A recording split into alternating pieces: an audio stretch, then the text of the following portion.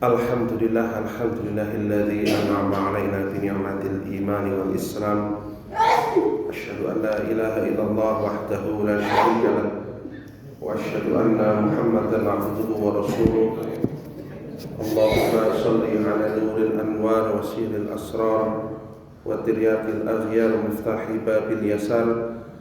Sayyidina wa maulana Muhammadin al-Mukhtar wa alihi al-adhar wa ashabil akhyar. Adada ni'amillahi wa ifdalih wa la hawla wa la quwwata illa billahil aliyyil azim. Amma ba'd. Bapak dirahmati Allah taala, alhamdulillah sonten menika kula panjenengan sedaya masih diberikan kesehatan, kesempatan oleh Allah taala untuk berkumpul dalam majelis yang insyaallah penuh dengan kemuliaan dan keberkahan. Amin Allahumma amin. Salawat serta salam semoga tetap dan terus tersampaikan kepada junjungan kita Nabi Agung Muhammad sallallahu alaihi wa alihi wasallam, disampaikan pula kepada segenap keluarga, sahabat, umat, seluruh pengikut beliau insyaallah termasuk kita. Amin ya rabbal alamin. Bapak sekalian, menika mohon izin matur dan Bapak Ibu untuk kesekian kalinya saya pernah sowan kesini, mungkin sebelum pandemi gitu, kalau salah terakhir rumiyin niki wau kula mireng wonten Ibu ngendika isih enom nggih kula tesih enom Bu kula. Lah rencange Hafan menika rencang SMA kula di 3 tahun di SMA 4. Jadi ya memang masih muda menika nggih, memang bentuke rada boros. Rada boros. Rencane wong tua-tua dadi pengurus PWNU, israpopo nasib ngaten. Nah, Bapak sekalian, saya mau matur sekedhik mawon, mungkin akan lebih banyak bercerita bagi Al-Qur'anul Karim menika lebih kathah cerita yang hukum perintah menika sekedhik sangat, bahkan sebagian besar adalah cerita bagi manusia menika ditakdir lebih mudah menerima cerita atau amsal permisalan, karena kita lebih mudah menghubungkannya dengan kehidupan kita sehari-hari. Nah, Bapak sekalian, salah satu keunikan relasi kita dengan Kanjeng Nabi adalah betapa kuatnya cahaya keteladanan yang terpancar dari Kanjeng Nabi sallallahu alaihi wasallam, di mana kita sebagai umat tentu didorong untuk memandang cahaya itu bukan hanya dipandang, tapi dilekatkan di dalam hati, langsung mungkin mewujud di dalam lisan dan perbuatan kita, yakni meladani akhlakipun Kanjeng Nabi Muhammad SAW. Ngantos Allah Ta'ala berfirman, wa innaka la'ala khuluqin azim. Di surah Al-Qalam, sesungguhnya engkau Muhammad mempunyai budi pekerti yang agung. Al-Azim menika salah setunggaling Asmaul Husna. Jadi Allah tidak ragu-ragu menyematkan kata sifat yang agung ini kepada Kanjeng Nabi Muhammad SAW, karena akhlaknya yang luar biasa. Atau dalam surah Al-Ahzab yang sangat masyhur, laqad kana lakum fi Rasulillahi uswatun hasanah. Ada budi pekerti yang agung pada diri Rasulullah SAW. Dan meneladani Kanjeng Nabi menika adalah pokok-pokok ajaran Islam. Ini segala, sehingga dengan meneladani Kanjeng Nabi maka muncul ketaatan datang Allah Ta'ala, dan ketaatan itulah yang mendekatkan diri kita datang Allah Ta'ala. Kemudian Allah Ta'ala mendatangkan rahmatnya kepada kita, mendatangkan rahmatnya kepada kita. Terus kebaikan yang kita lakukan, amal-amal yang kita lakukan, itu betul kita didorong untuk beramal baik, tetapi jangan sampai menuhankan amal. Niki yang kadang kita keliru. Menuhankan amal itu maksudipun merasa percaya diri, oh amalku wis oke, aku wis naik haji, aku iso sedekah, aku iso ngaji, aku paling rajin i'tikaf. Kemudian lupa bahwa sukben itu kita selamat itu karena rahmatnya Allah, bukan karena amal kita. Jadi dengan amal-amal itu kita dekat dengan kepada Allah Ta'ala. Dari dekat itu memunculkan cinta. Gusti Allah itu remen datang keluar yang sedaya. Lajeng kecintaan itulah yang mendatangkan rahmat dan ampunan Allah Ta'ala. Allah Ta'ala menika Bismillah Ar-Rahman Ar-Rahim. Ar-Rahman menika rahmatipun Allah datang semua orang, arep taat maupun tidak. Ar-Rahim itu rahmatipun Allah datang orang-orang yang taat kepada Allah Ta'ala. Maka aja kaget nek ae dhewe ndelok teng berita gitu. Koruptor kok guyu-guyu gitu. Oh aja khawatir, itu rahmate Gusti Allah nggo kabeh. Wis. Aja khawatir, sok pengadilan Gusti Allah itu lebih parah. Ae dhewe weruh koruptor di napa teng kamera KPK ceklek-ceklek. Dada mohon doanya ndasmu gitu. Korupsi jaluk doanya gitu. Niki wis ora apa-apa niku napa jenengan kerutan rumiyin napa Setia Novanto niku ketua DPR. Wah wis nanti sirahe benjol niku. Wah nek ketemu media mohon doanya ndasmu iki koruptor triliunan jaluk doa. Nek ngoten napa ngene kok yo ora maaf nih bahasa kasarnya ora modiar iki sini. Nek niku rahmate Gusti Allah pancen mengatur iki untuk pelajaran kita semua ya. Aja nganti melu-melu perkara sing mboten sae menika. Nah, Bapak Ibu rahmati Allah Ta'ala, wonten 3 hadis yang menceritakan istimewanya kedudukan Kanjeng Nabi. Kanjeng Nabi menika nanti ngendika kuntu nabiyya, kata Nabi, aku direncanakan jadi nabi, wa adamu bainar ruhi wal jasad. Nalika Nabi Adam masih dalam ciptaan antara ruh dan jasad. Terus Nabi Adam menika belum wujud ya, di surga, masih dalam keadaan antara ruh dan jasad. Kanjeng Nabi Muhammad menika sudah ada dalam perencanaannya Allah Ta'ala.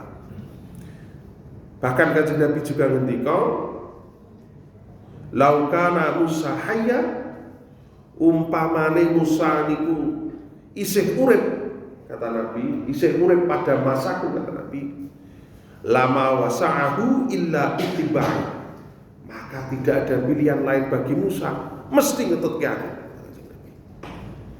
Dan Kanjeng Nabi juga bersabda tentang keteladanan beliau mengatakan, adabani Rabbi fa ahsana ta'dibi.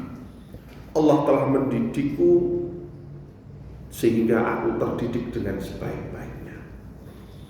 Nah Bapak sekalian, kalau memang Kanjeng Nabi memiliki teladan yang saya ini banyak sekali, kalau yakin jenengan sudah sering mendengar, sering bahkan Ramadan ini sering kisah-kisah diceritakan kembali. Tapi saya akan mencoba menceritakan kisah yang durung okeh diceritake wong, belum banyak diceritakan orang.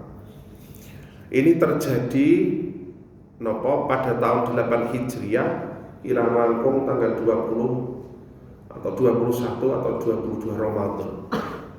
Peristiwa ini pun namanya Fathu Makkah, penaklukan Mekah. Kalau orang bahasa Inggris Conquest of Mekah, atau kemenangan kota Mekah bahasa Arabnya, bahasa Indonesianya maknanya kurang lebih seperti itu. Nah, terjadinya Fathu Makkah menikah tidak bisa dilepaskan dari peristiwa 2 tahun sebelumnya yang kita kenal dengan perjanjian Hudaybiyah. Kanjeng Nabi beserta 1.400 jamaah, para sahabat menikah melakukan perjalanan dari Madinah ke Mekah dengan niat umroh, ibadah umroh. Niat ini diwujudkan misalnya dari 4 hal. 1, tidak membawa senjata kecuali untuk keamanan dan tidak menampakkannya secara terbuka. Terus pedang ini dideleki lah karena niatnya ibadah. Yang kedua, beto 70 unta sing lemu-lemu. Terus mungkin untanya kayak ulang gitu. Kira-kira wangun kurban gitu, dan diberi kalung tanda khusus bahwa ini dikurbankan untuk setelah umroh. Yang ketiga, setelah mencapai 10 km dari Madinah, rombongan 1.400 menikah kemudian ganti pakaian ihram. Dan yang keempat, sepanjang perjalanan mengucap kalimat talbiyah, labbaik Allahumma labbaik, labbaik la syarika laka labbaik, dan seterusnya. Nah, delalah memang dikersai Gusti Allah, niat ibadah ini urung terjadi, boten sios. Niat ibadah itu tidak jadi karena kaum Quraisy niku merasa terancam. Dikirane arep menyerang, padahal sebenarnya jelas-jelas tidak mau menyerang. Wong ciri-cirine niku wau mau ibadah umrah. Tetapi Kanjeng Nabi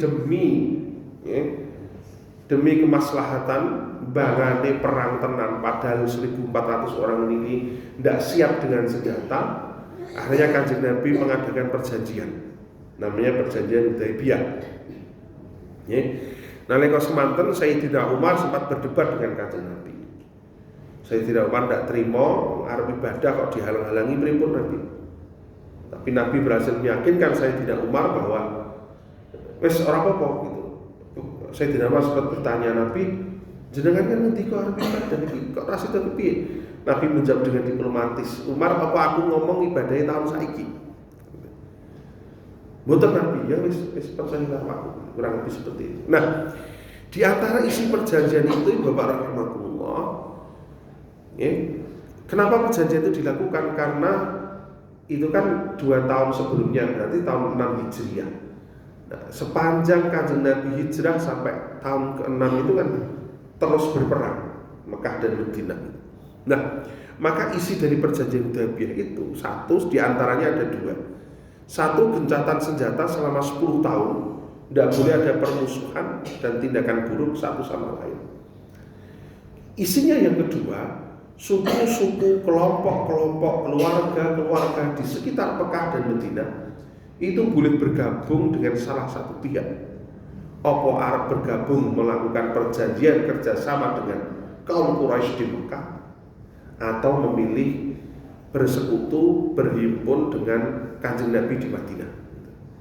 Bebas, suku-suku mau memilih yang mana. Tapi yang pasti sejak tahun 6 Hijriah pada perjanjian Hudaybiyah ini harus gencatan senjata, gak oleh kena perang sama sekali. Nah, delalah. Nah, sebelum masuk ke peristiwa Fathu Mekah, Kanjeng Nabi di perjanjian Hudaybiyah itu disepakati di antara 2 niku mau langsung kundur tentu dengan rasa kecewa. Tetapi kemudian malaikat Jibril datang memberikan wahyu kepada Kanjeng Nabi di surah Al-Fath 1-3. Saking remennya Kanjeng Nabi dengan firman Allah menika, Kanjeng Nabi menurut Imam Ahmad, Tirmidzi dan Nasai bersabda, nazalat alayya al-barihata suratun telah diturunkan kemarin kepadaku sebuah surah, hiya ahabbu ilayya minad dunya wa ma fiha. Sing surah iki aku seneng banget, ngluwihi senengku timbangane donya saiki. Jadi Kanjeng Nabi kecewa nggawa wong 1.400 arep umroh ora sida. Nek teng Indonesia kan ora sida kok dihapusi travel umroh gitu. Wis tekan kono ora iso mulih gitu. Nah niki mboten, Kanjeng Nabi benar-benar tidak bisa kemudian turun ayat untuk menghibur. Nah, di dalam redaksi Imam Bukhari, Kanjeng Nabi menggambarkan surah ini ahabu ilayya mimma tala'at alaihi syams. Terhadap surah ini aku lebih mencintainya dibandingkan dengan apa yang disinari oleh matahari. Terus iki padha donya saiki niku isih luwih agung surah. Atau di dalam redaksi Imam Muslim ahabu ilayya minad dunya jami'a. Luwih seneng surah iki dibandingkan dunia dan seluruhnya. Dan ini ada di surah Al-Fath. Inna fatahna laka fatham mubina. Sesungguhnya kami telah menganugerahkan kepadamu kemenangan yang nyata. Liyaghfira lakallahu ma taqaddama min dzambik wa ma ta'akhkhar wa yutimma ni'matahu 'alaika yahdiyaka siratan mustaqima wa yansurakallahu nasran aziza. Supaya Allah memberi pengampunan untukmu, menyangkut apa yang telah lalu dari dosamu dan yang akan datang, serta menyempurnakan nikmatnya atasmu dan mengantarmu ke jalan lebar yang lurus, dan supaya Allah menolongmu dengan pertolongan yang kuat. Terus ini dalam Islam itu disebut nubuwah atau ramalan terjadinya sesuatu, bukan ramalan dukun tetapi petunjuk dari Allah, isyarat dari Allah Ta'ala bahwa akan ada kejadian. Maka Kanjeng Nabi remen sangat karena dijanjikan kemenangan. Durung saiki kon mulih sik, tapi kelak akan ada kemenangan. Nah, Bapak sekalian, 2 tahun setelah perjanjian Hudaybiyah terjadilah peristiwa yang menjadi sebab bagi tegaknya Fathu Makkah. Nah, di antara suku-suku yang mengikat perjanjian dengan Nabi SAW atau Mekah adalah suku Khuza'ah. Ini memilih berserikat dengan Nabi. Kemudian ada juga Bani Bakr, itu yang berpihak kepada kaum Quraisy di Mekah. Kedua suku ini pada dasarnya sudah sejak lama punya dendam. Dados teng dunia Arab menika Nabi niku sesuatu yang aneh.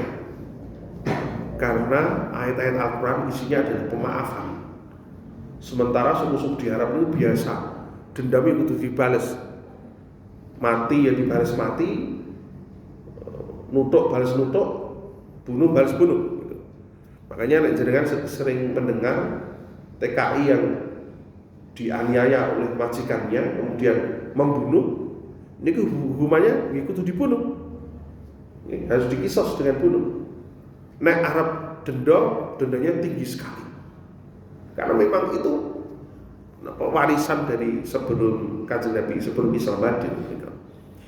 Nah, dua suku ini sudah dendam sejak lama.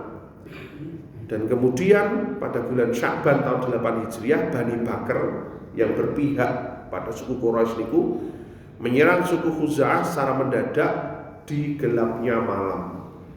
Terus bengi-bengi menyerang suku Khuza'ah. Delalah kaum Quraisy menika secara aktif membantu baik dari segi senjata maupun ngirim menungso, ngirim pasukan. Nah, ini kan berarti melanggar perjanjian tadi. 10 tahun gencatan senjata, lagi 2 tahun sudah dilanggar. Maka suku Khuza'ah kemudian lapor datang Kanjeng Nabi, mengirim lebih dari 1 utusan. Dan setelah Kanjeng Nabi yakin infonya valid A1 begitu bahwa penyerangan itu terjadi, maka Kanjeng Nabi mengirim surat, mengirim informasi ke Mekah. Pilihanmu 3 kata Kanjeng Nabi. 1, membayar ganti rugi atas korban yang diderita suku Khuza'ah. Atau 2, membatalkan perjanjian pertahanan dengan Bani Bakr supaya suku Khuza'ah bisa membalas gitu. Atau ketiga, menerima risiko pertempuran. Opsinya itu. Nah, Bapak sekalian, ini ceritanya detail, panjang gitu. Ini saya kutip dari sirahnya Nabi Muhammad ke Profesor Quraisy Shihab, tapi saya tidak akan menceritakan detailnya karena saya sangat dan bukan kesempatannya tentu pada sore hari ini. Tapi singkat cerita, kita dinten Jumat, beberapa riwayat mengatakan 20 Ramadan, riwayat yang lain 22 Ramadan, Kanjeng Nabi berhasil masuk ke Mekah tanpa perlawanan. Memang ada perlawanan tapi korbannya nggak banyak. Tapi secara umum tidak ada perlawanan. Dan sebagaimana kita ketahui kan pemimpin Mekah Abu Sufyan kan sebelumnya sudah mencoba sowan ke Nabi ketika Nabi berada di Arafah begitu. Dan Abu Sufyan ini kaget karena dari kejauhan itu di Arafah itu 10.000 orang niku menggawe api unggun. Dan orang-orang Mekah kaget, belum tahu api unggun sebesar itu dari kejauhan. Wadang sangat api unggunnya. Abu Sufyan kemudian menyaksikan dan lebih kaget lagi menyaksikan 10.000 wong sholat subuh berjamaah. kaget karena semua mengikuti gerakan Nabi dengan sempurna mengikutinya, dan semua konsentrasi gak ono sing mengo sama sekali. Dan ketika itu Abu Sufyan mencoba menahan Nabi supaya tidak masuk, dan Nabi mengatakan yang sudah sering kita dengar, sopo melbu umai Abu Sufyan aman, sopo melbu rumahnya masing-masing aman, sopo melbu masjid aman. Nah, maka Kanjeng Nabi masuk dengan menunggang unta. Kanjeng Nabi menundukkan kepala sebagai tanda ketawaduan. Sampai-sampai riwayat mengatakan jenggotnya itu hampir menyentuh pelana. Karena beliau sangat rendah hati, jenggotnya itu mau menyentuh pelana. Karena saking beliau itu menang, masuk Mekah itu menang, tapi tidak mau sombong, takut dengan Allah Ta'ala. Dan sepanjang perjalanan beliau hanya membaca inna fatahna laka fathan mubina.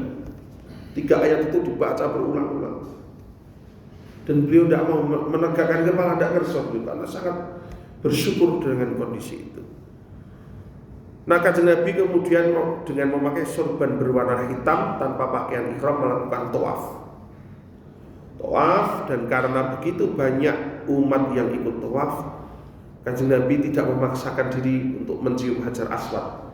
Beliau dari kejauhan menunjuk Hajar Aswad dengan tongkatnya. Ya, atau kalau Bapak Ibu sudah haji atau umroh kan kadang dengan lambaian tangan cukup nih. Itu isyaratnya sama, karena yang ikut kira langkung 10.000 ketika itu.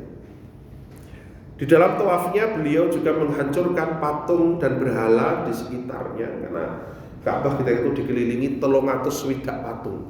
Kanjeng Nabi menusuk patung, nyurung patung itu dengan tongkat atau beberapa riwayat dengan panah beliau. Disurung pintu ambruk gitu. Sambil beliau mengatakan dalam surah Al-Isra, wa qul ja'al haq wa zahaqal batil innal batila kana zahuqa. Yang hak telah datang dan yang batil telah lenyap, sesungguhnya yang batil itu sesuatu yang pasti lenyap.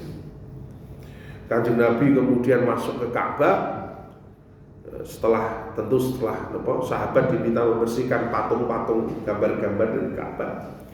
Kemudian beliau sholat 2 rakaat di dalamnya, keluar dari Ka'bah dan memberikan khutbah di depan pintu Ka'bah.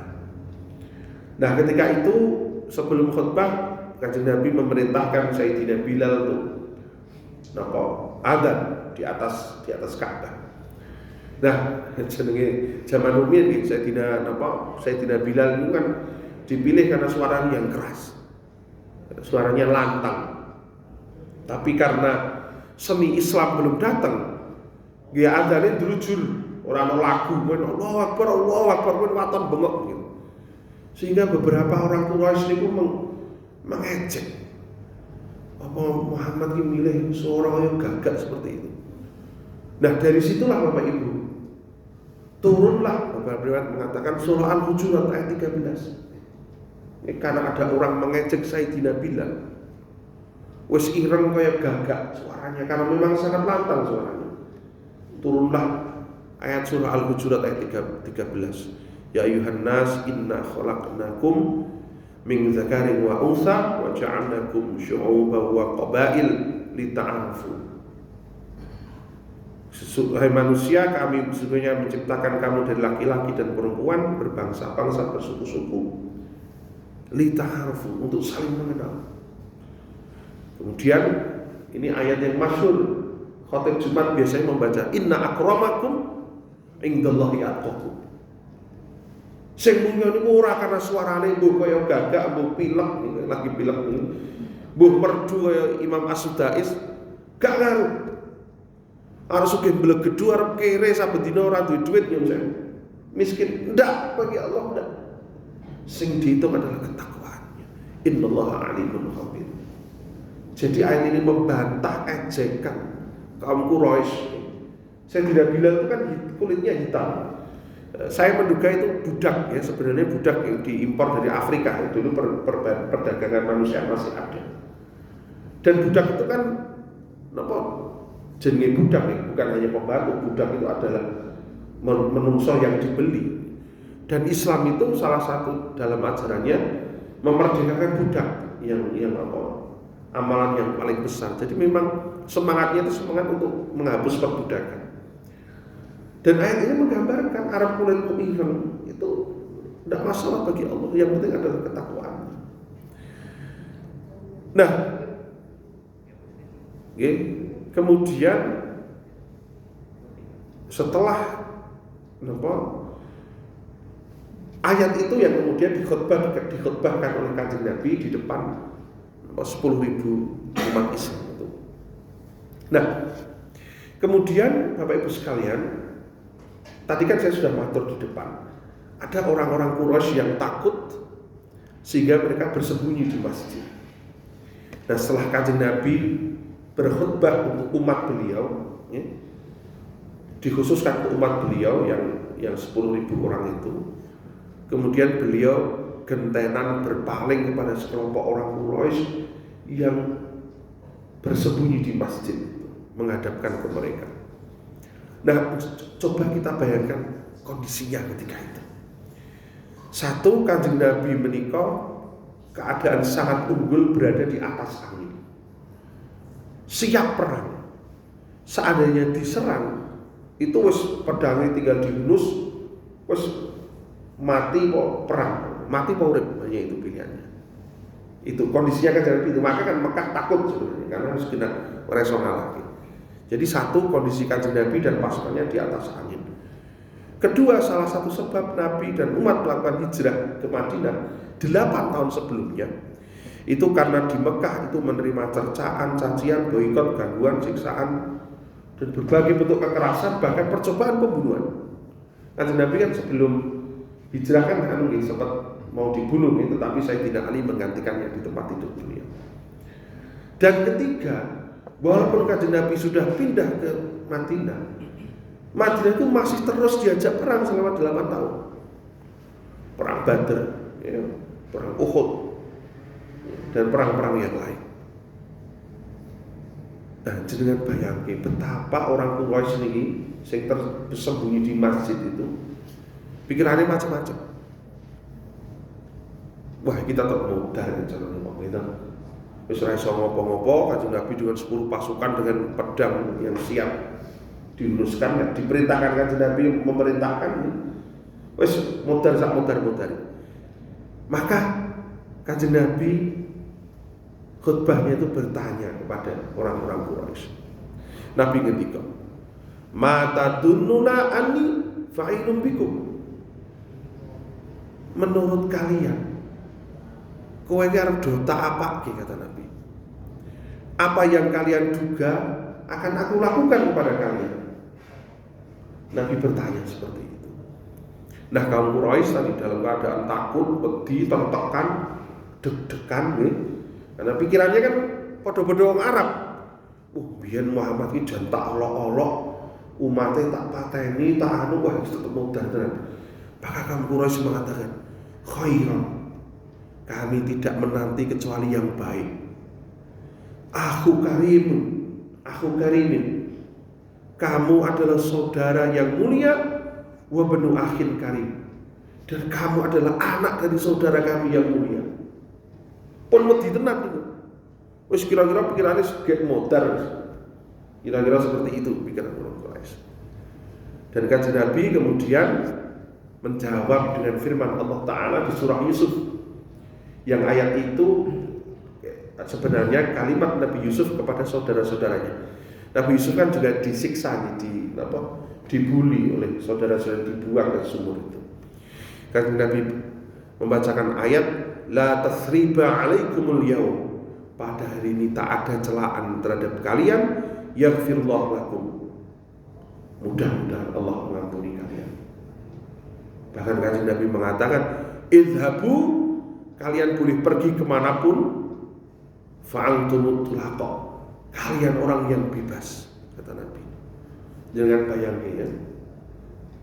Wah, nek carane wong nek dhewe iki kira wis modar kabeh karo Quraisy iki. Wong 8 tahun disiksa.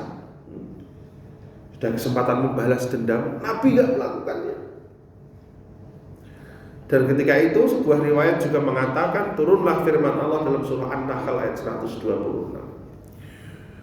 Wa in aqabtum fa'aqibu bimithli ma uqibtum bihi. Kalau kamu memberikan balasan, maka balaslah dengan balasan yang sama dengan siksaan yang ditimpakan kepadamu. Wala in sabartum, tapi kalau kalian bersabar, lahuwa khairul lissabirin. Itu adalah hal yang baik, lebih baik bagi orang-orang yang bersabar. Dan Kanjeng Nabi menurut Imam Ahmad ngendika, nasbir wala tu'aqib. Kami bersabar dan kami tidak memberi sanksi. Dan ya selesai. Peristiwa Fathu Makkah seperti itu. Sesimpel itu. Tidak ada perang, tidak ada bunuh-bunuhan. Ada tetapi sedikit, sangat sedikit korbannya. Itu pun karena orang Mekah, sebagian orang Mekah yang sombong merasa bisa menghadapi Kanjeng Nabi, tapi tetap ditumpas. Nah, Kanjeng Nabi memberikan amnesti umum, pengampunan umum, tetapi ada beberapa yang divonis mati oleh Nabi. Jumlahnya nggak sampai 10, hanya 7 atau berapa. Itu pun beberapa diantaranya dicari, kemudian mau dibunuh, mau dihukum mati, tetapi di depan Kanjeng Nabi bertobat dan diampuni gitu. Beberapa yang lain, kenapa divonis? Karena sangat keji perbuatannya. Ada yang dengan perempuan sudah naik onta, diseret, dihina dengan pokoknya perbuatannya sangat orang umumi, bahkan orang umum bagi wong Arab, sehingga benar-benar harus divonis mati. Tapi tidak sampai 10 orang di dalam kitab-kitab sejarah itu. Nah, inilah gambaran Bapak sekalian akhlaknya Nabi. Akhlak Nabi yang memaafkan. Ya, Allah Ta'ala juga berfirman ketika Allah telah selesai dalam hadis qudsi menciptakan makhluk, Dia menulis di sisi di atas arsy-Nya, inna rahmati sabaqat sughurabi. Sesungguhnya rahmatku, kata Allah, mendahului atas kemurkaanku. Ya, terus basisnya seperti itu, basis agama Islam itu seperti itu. Nah, Bapak yang dihormati Allah Ta'ala, ini masih sekitar 12 menit nih. Kalau kisah tadi adalah kisah contoh dari Kanjeng Nabi Muhammad SAW, saya juga akan membacakan contoh yang dilakukan seorang ulama, namanya Syekh Damardasi. Syekh Damardasi itu dikutip dari kitab bukunya Muhammad Khalid Thabit. Ya.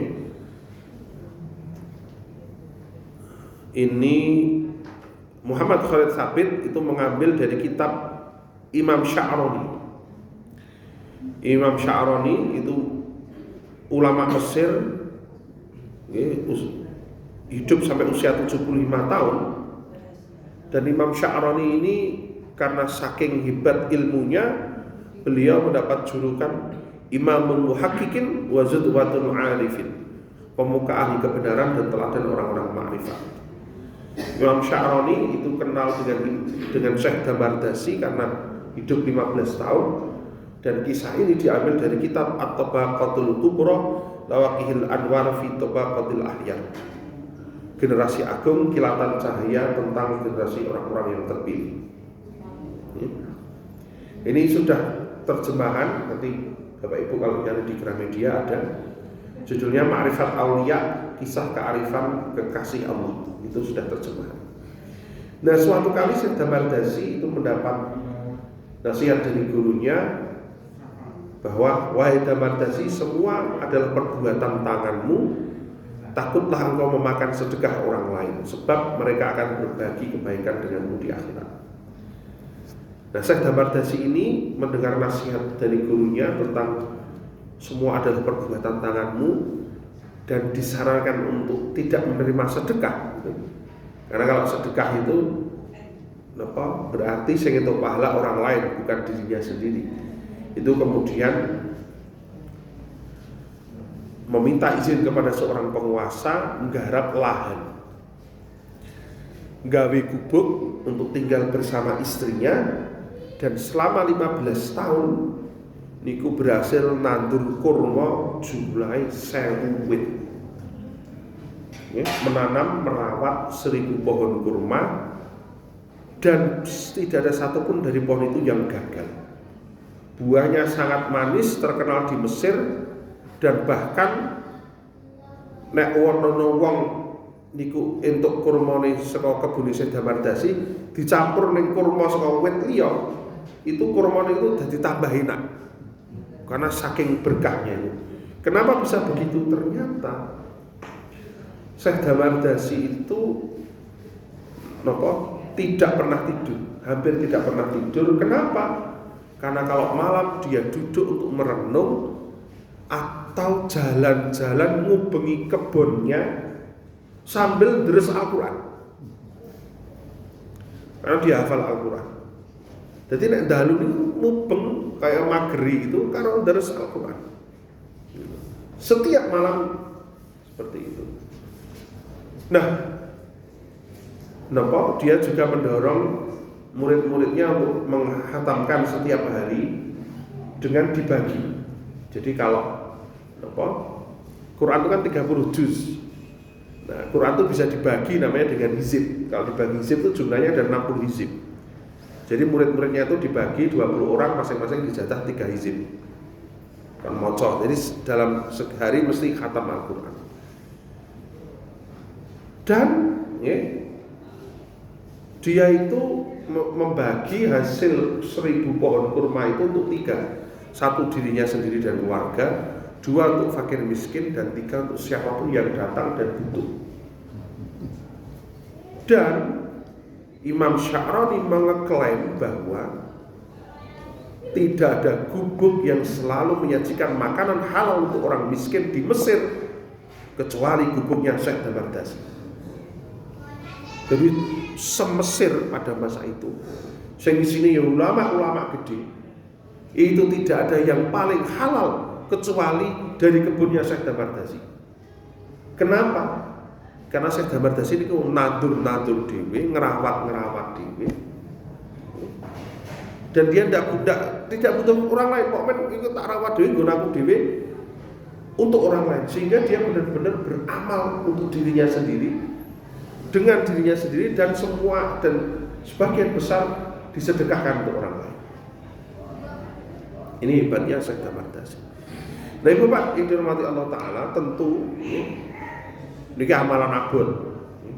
Hambok nganti sok kiamat mbok ade ora iso. Gitu. Nandur kurma 1000, halak iki nandur wit ning arep wis kesel kok. Gitu. Awan-awan dina minggu to rada selono ngresiki suket wis kesel kok arep nandur 1000, gak mungkin. Atau seperti Kanjeng Nabi yang bisa mengampuni orang yang sudah menyakiti selama bertahun-tahun. Ada iso betul sakit. Angel itu. Tetapi Islam, Kanjeng Nabi, para ulama, alhamdulillah itu memberikan contoh dengan rentang yang sangat luas. Ono sing wabut banget mengorbankan harta, mengorbankan nyawa. Ning ya ono sing enteng, menyingkirkan batu dari jalan, memotong dahan, bahkan dengan wajah tersenyum itu juga sudah amal soleh. Artinya, Bapak Ibu, monggo kita mengamalkan sesuai dengan keadaan kita.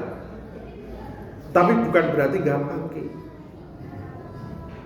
Bukan gampang ke, tapi sesuai dengan kita lah yang punya paham dengan batas masing-masing. Dengan batas masing-masing ada yang paham. Ono sing kuat poso Senin Kemis, ya poso saya.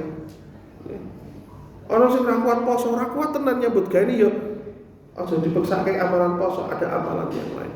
Dan itu Allah tahu persis keadaan kita, dan jangan khawatir. Yuridullahu bikumul yusra wala yuridu bikumul usra.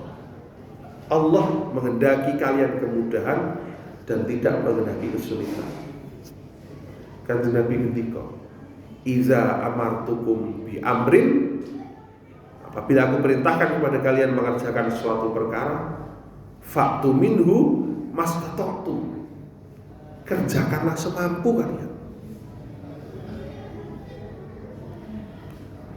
Dan kata kalian itu merujuk ke diri kita masing-masing, kitalah yang tahu.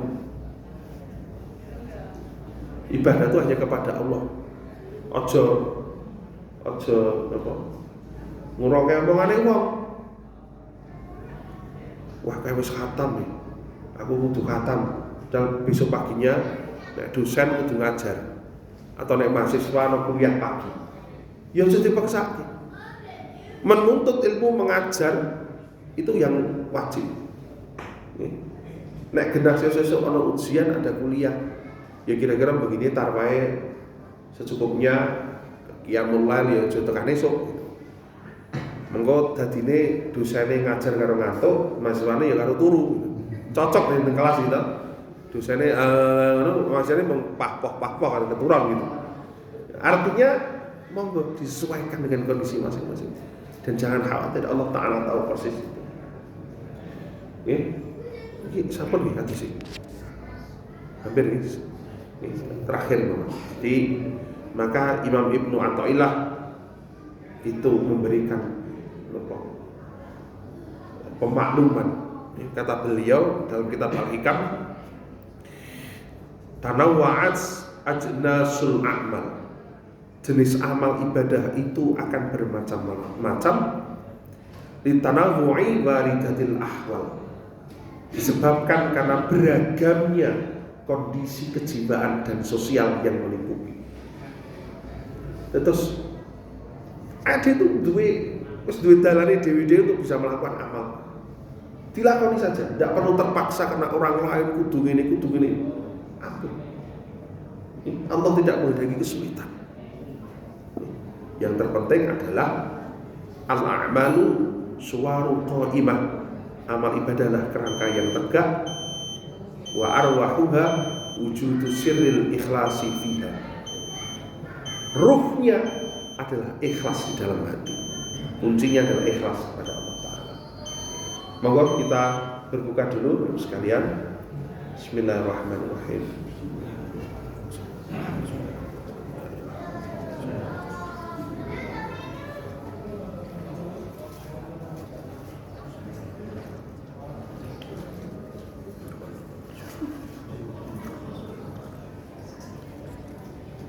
Terakhir Bapak Ibu sebelum saya tutup, Pak I tadi mengatakan begini, al-a'malu suwarun qa'imah. Amal lahiriah itu ibarat individu yang tak bernyawa. Amal-amal itu tidak bernyawa. Yang menghidupkannya sehingga menjadi manfaat itu adalah keikhlasan. Niku bosone ulama alus nek basa Jawane, amal-amal itu ada tanpa keikhlasan niku ibarat batang. Batang niku mambu ra iso diapa-apake mung kari niku dipendem. Maka mari kita beramal sesuai dengan kondisi kita masing-masing, kemampuan kita masing-masing. Sing penting ikhlas. Apa itu ikhlas? Macam-macam. Dan alhamdulillah harus kita syukuri. Gusti Allah tidak menuntut ikhlas itu kudu ikhlas karena Allah full, ndak. Agama mengajarkan yang ayat dewi kisih ikhlas ini ikhlas dagang. Itu boleh sama Allah Ta'ala, tidak masalah. Ya Allah, ibadah ini kalau pengen nyuwun niki boleh. Sementara penyuwunannya leres, bukan penyuwunan maksiat ya. Ya Allah, kalau niki lagi totohan bal-balan muga iso nggo umroh, wala kurang ajar niku. Wis balak banget jelas mboten oleh. Ya, tapi kalau yang baik itu dibolehkan di dalam Islam. Atau yang kedua, sebagaimana Kanjeng Nabi ketika ditanya oleh Sayyidatina Aisyah, Nabi jenengan niku pun maksum kok isih sholat karo nangis sampai kakinya bengkak. Nabi mengatakan, apa aku ora oleh jadi hamba yang bersyukur. Nah, cara ikhlas yang kedua adalah ibadah kita bentuk matur nuwun datang Allah atas segala sesuatu nikmat yang dilimpahkan kepada kita. Mengatakan semoga 44 menit semoga bermanfaat untuk kita. Wallahu muwaffiq ila aqwamit thoriq. Wassalamualaikum warahmatullahi wabarakatuh.